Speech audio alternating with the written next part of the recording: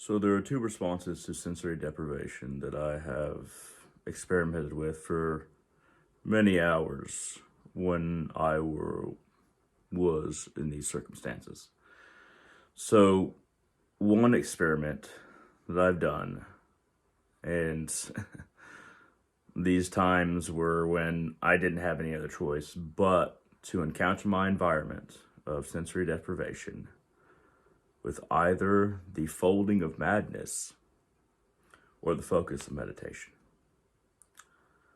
So there have been times in my life when I just didn't have any other sensory things around by force. I imagine you can suppose what these circumstances were. But the folding of madness is the first one that I'll talk about. So when I say the folding of madness, I mean the degradation of the thought process. What exactly does that mean? So the degradation of the thought process is when you don't focus on either reviewing anything in your mind, data, or meditation of focus and focusing the energy and quieting everything in your mind.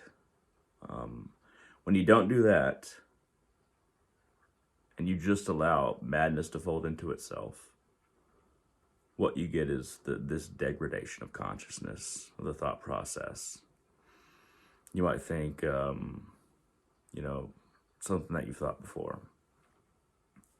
What is this? I don't like this. I don't like this. I don't like this. What is this? And then you might repeat that. This is just an example. This isn't exactly what I've thought in my folding of madness experiments. Well, experiments that I chose to do because I didn't have any other choice. I chose to either do this experiment or the one where I focus my energy, focus my attention. So repeated thought processes of old thoughts, or just allowing your thoughts to go without controlling them whatsoever. I mean, you can control your thoughts. Or just, why is that? Why is that? Why is that? How did I come here? Did I do this? Did I do this? Did I do this? And then it slowly degrades. And your mind has a defense mechanism where it wants to defend against any kind of, thoughts or thought processes that hinder it or harm it. But if you just let your thoughts go, then the defense becomes an attack on your inner thoughts, your inner nature. You start to turn on yourself in a way. Is this my fault? Is this my fault? Is this my fault? It is my fault. What's wrong with me? What's wrong with me? And then the degradation, it might start out big, thinking about something that happened. I'm giving examples, not necessarily exactly what happened to me. But then slowly the degradation will become, it's kind of like age. The reason that we age is because our cells, the DNA replication degenerates. It slowly starts to lose its form the more our cells replicate when we get older. When we start reaching that point to where the degradation happens. It's very similar with thoughts. Keep on thinking repeat thoughts again and again and again. And they'll slowly turn against you as the defense mechanism is warped from outside to the inside of what you are. And all the focus of looking for threats on the outside within your mind, not threats like physically per se, but threats of thoughts, all these mirrors that are mirroring threats, trying to focus them outward, start turning inward. And then the degradation continues and it increases into a cascade of inner self-destruction when it comes to thought processes. And you start to become more and more critical of yourself. And sometimes the folding of madness doesn't work that way. Sometimes there's repeat thoughts and assumptions, and it takes weird quirks. The degradation doesn't really go in any particular direction. It just becomes a repeat of thoughts that take random directions, random routes, like, oh, what was that I used to be? What was that I used to remember? What is that sensation that I felt before?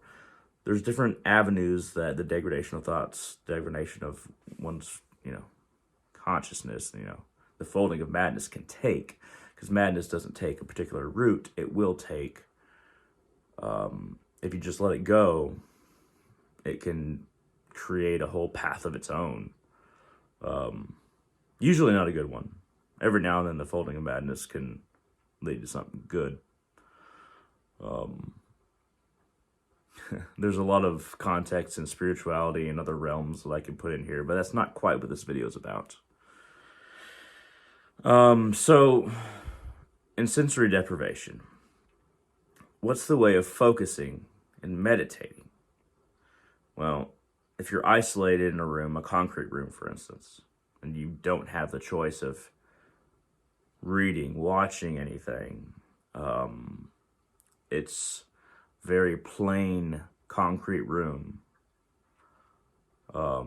Let's say eventually maybe there's a bed in there. There's like just a basic cushion, maybe a blanket, and, a toilet. They're kept in there, let's say you're kept in a concrete cell for 10 hours. Where if there's no bed or anything like that, just a toilet.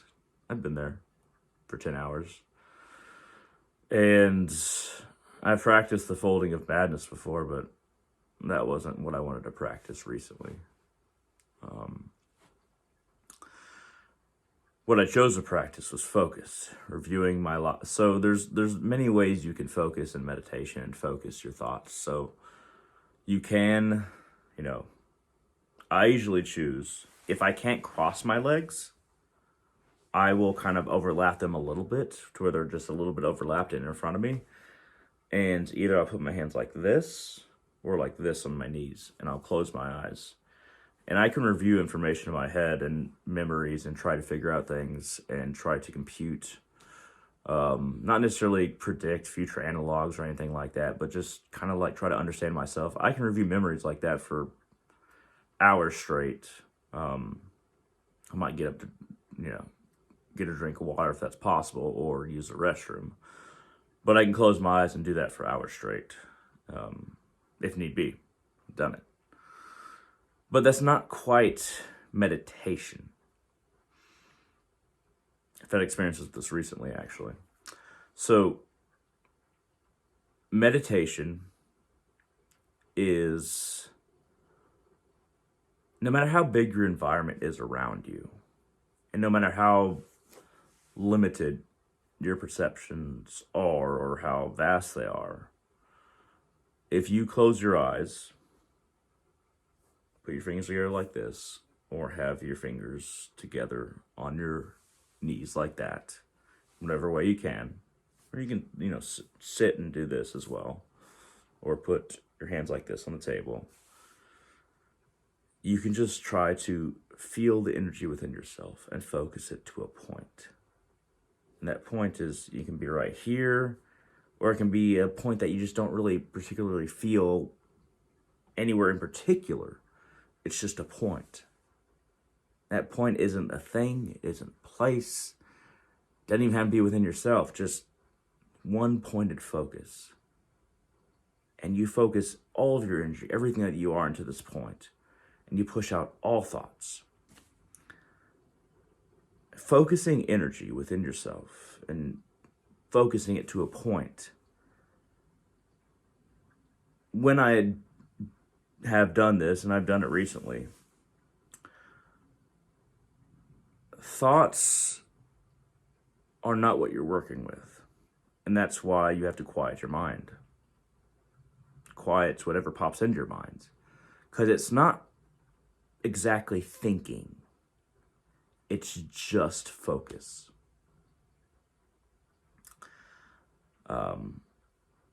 And breathing is a big part of it. Sometimes. It doesn't always have to be, but for me, breathing is a big part of it. Even breathing. But also just complete and utter spine erect and just focus. That's all it is.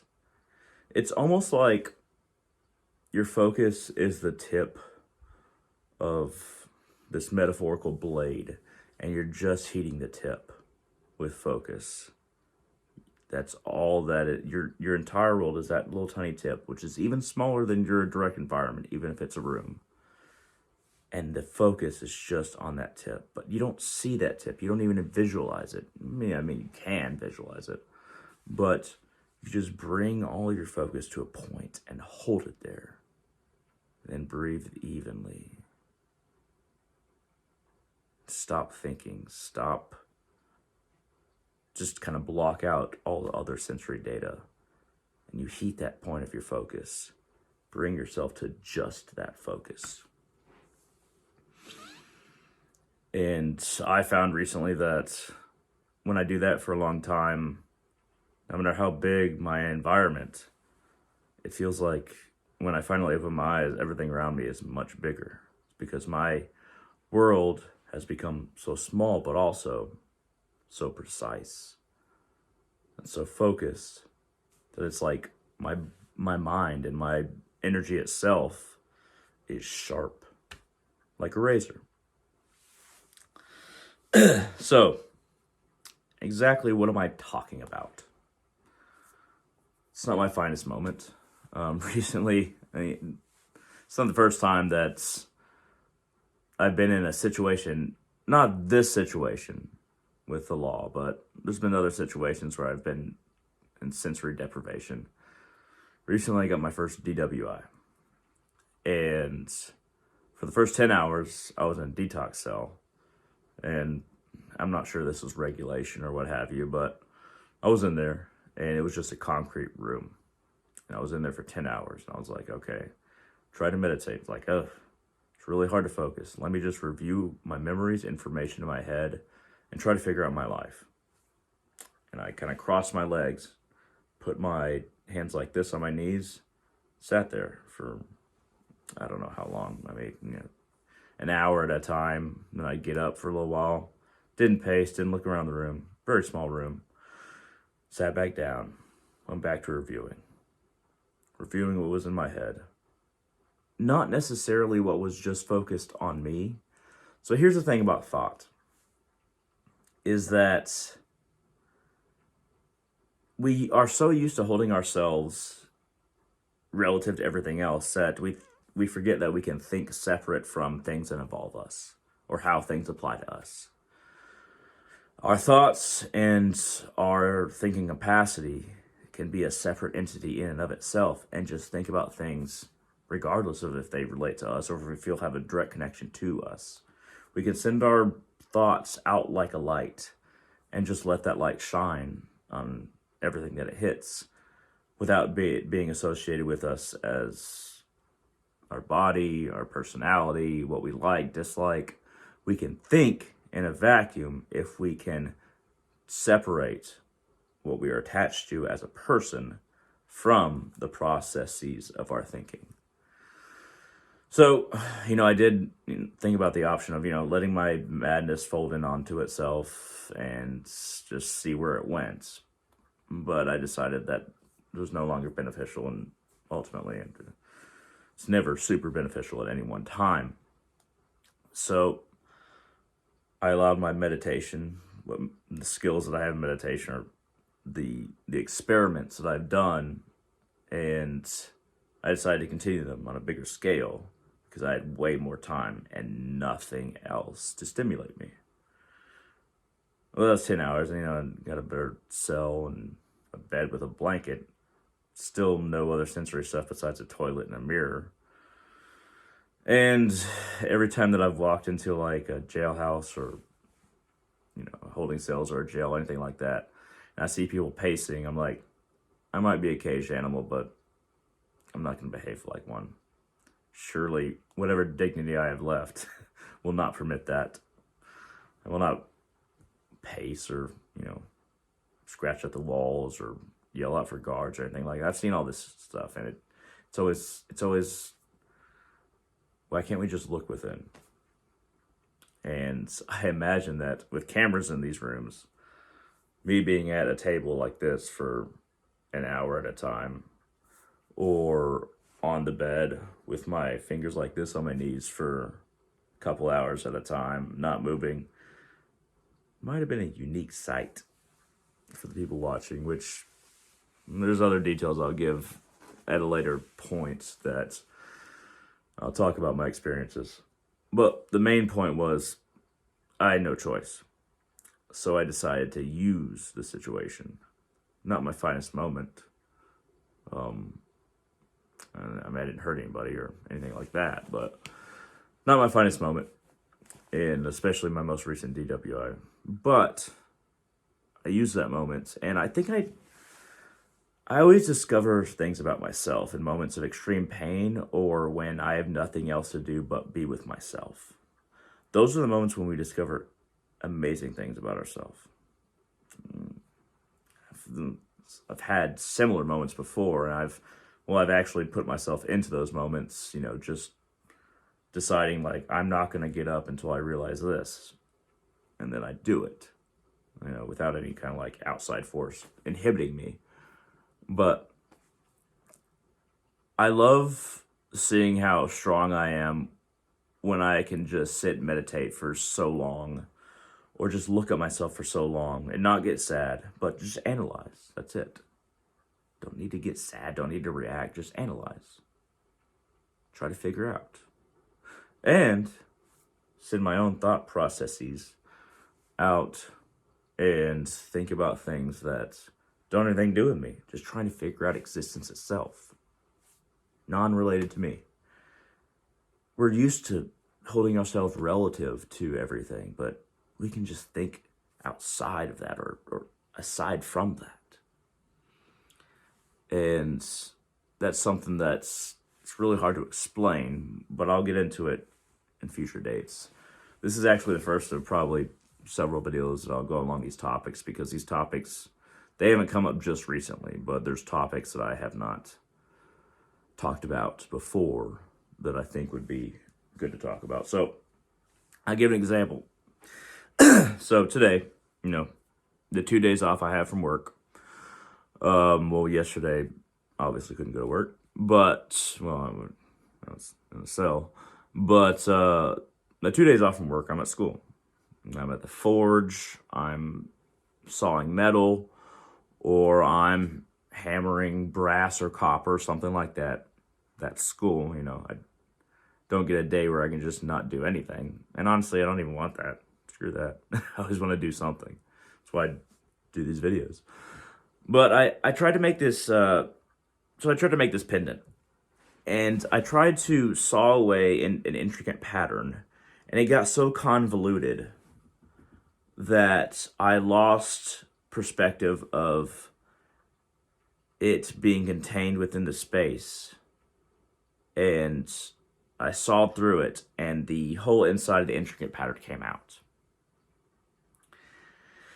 And then I pulled it out, and this is brass, by the way, and I pulled it out. I was like, it was like, how did I not see that the intricate pattern I was forming, that I loosed it from the connection to everything that was its purpose? It's very similar with madness. So when we start thinking, we think all these loops and things. And this didn't look like this when it was inside here, but it eventually gets disconnected from its purpose, and then it becomes completely separate from the machine and completely useless. So I started to make something else, a different kind of pendant, an expansion pendant. A pendant with a lot of empty space in it, where all the that's not quite right. All the intricate nature of the design was taken out, and I tossed it aside. It's almost like tossing the madness aside and just allowing emptiness to exist. At any rate, I'm reaching the end of what I can publish in this video, so you'll see more videos on related topics soon. Thank you very much for watching. This has been interesting. If you have any questions, concerns, or thoughts, put them down in the comment section below on YouTube. Please hit that thumbs up. It really helps out the channel. Feel free to give me ideas or questions about what to produce in the near future regarding something like this. Thank you very much, and have a wonderful day.